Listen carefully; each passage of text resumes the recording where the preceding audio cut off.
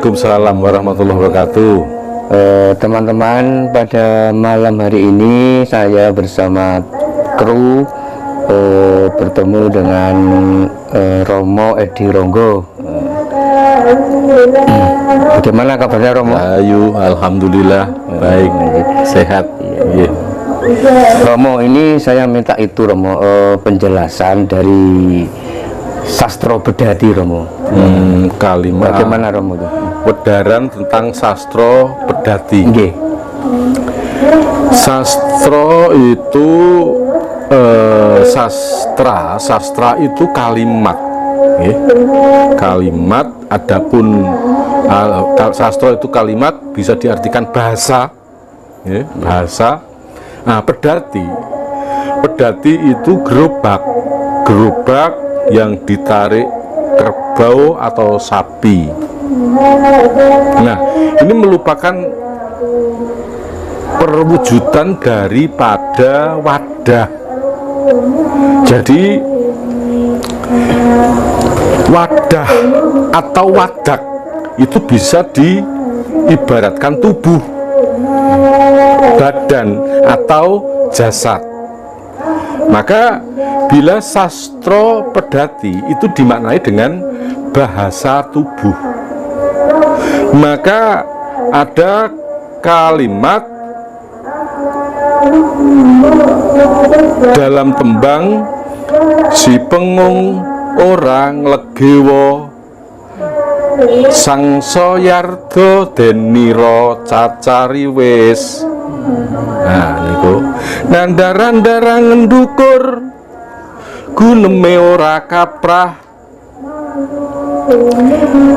Terus pungkasannya si wasis waskito ngalah ngelingi marang si pinging. Nah, si wasis adalah orang si pandai diam. Nah, ketika ada orang yang terlalu banyak bicara, terlalu banyak menguraikan, maka bahasa tubuh yang bicara. Dia dengan senyum, dengan bagaimana memberi kemantapan lawan bicaranya, momong. Nah, jadi si wasis waskito ngalah ngelingi marang si pinging. Artinya si wasis itu berdiam diri,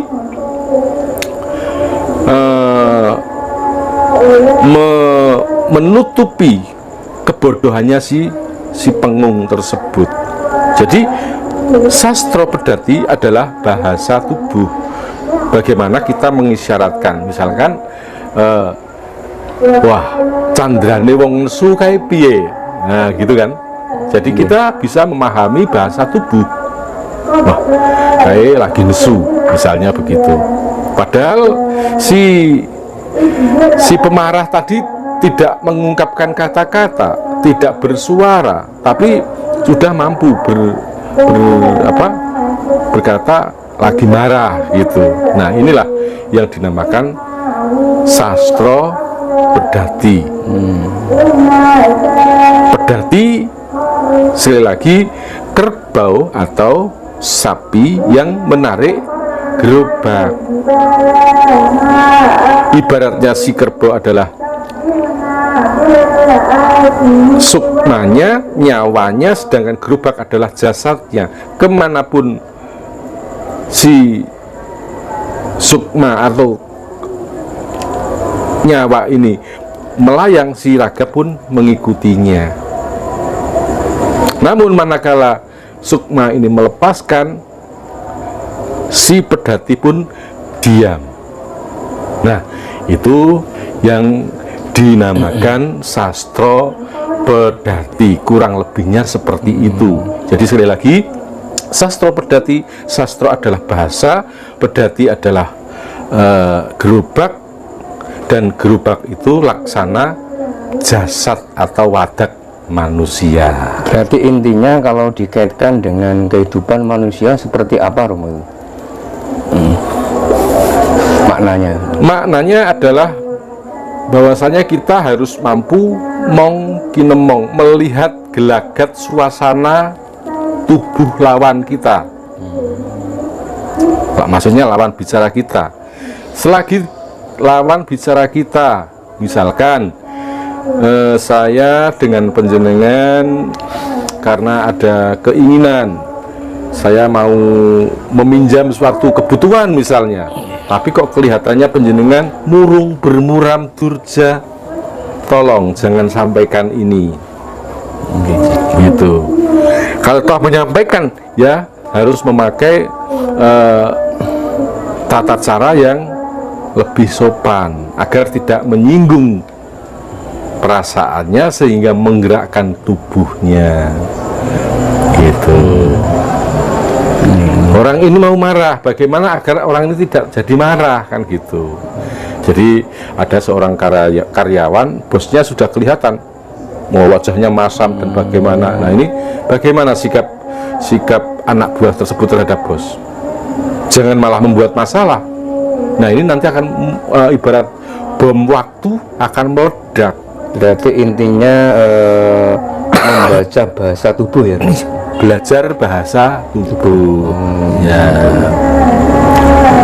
Romo, ini kan pada akhir-akhir ini kan banyak bencana, Romo. Dan tidak sedikit orang-orang yang spiritual itu yang memprediksi bahwa ini akan terjadi bencana yang lebih dahsyat. Salah satunya ada yang melebihi seperti corona, Romo. Nah, itu firasat Romo Edi, pandangan Romo Edi di tahun ini seperti apa, Romo? Memang saya pernah menguraikan tentang isyarah, masalah tentang bencana yang akan terjadi, dan bencana itu tidak akan berhenti sampai di situ, akan ada lagi susulan-susulan. Nah, sesungguhnya ini adalah bentuk bahwasannya alam sedang murka. Mengapa demikian? Mengapa demikian? Karena kita sudah kehilangan, melupakan jati diri. Jadi nuwun sewu, monggo kita menengok jauh beberapa ratus yang silam, tatkala Pulau Jawa masih suwung, masih sepi, hingga ada salah satu utusan dari tanah Arab yang diminta untuk menenteramkan atau mencari pulau yang tentram dan damai. Namun ternyata, dan menurut isyarah yang diterima, tempat itu tidak lain adalah Pulau Jawud atau Pulau Jawa. Nah, tapi Pulau Jawa itu dihuni oleh banyak bangsa-bangsa makhluk astral, titah dari Allah yang terbuat dari api. Ini banyak mendominasi wilayah pulau tersebut. Maka dibuatlah tumbal untuk menumbali Pulau Jawa tersebut, sampai Pulau Jawa ini menjadi tentram, damai, loh jinawi. Meskipun berbagai tempaan, berbagai peristiwa yang terjadi itu kan urusan negara, sudah pasti dalam pemerintahan, baik dari zaman kerajaan manapun hingga negara manapun, pergeseran politik itu ada. Tapi masyarakat tidak semuanya terkena imbasnya.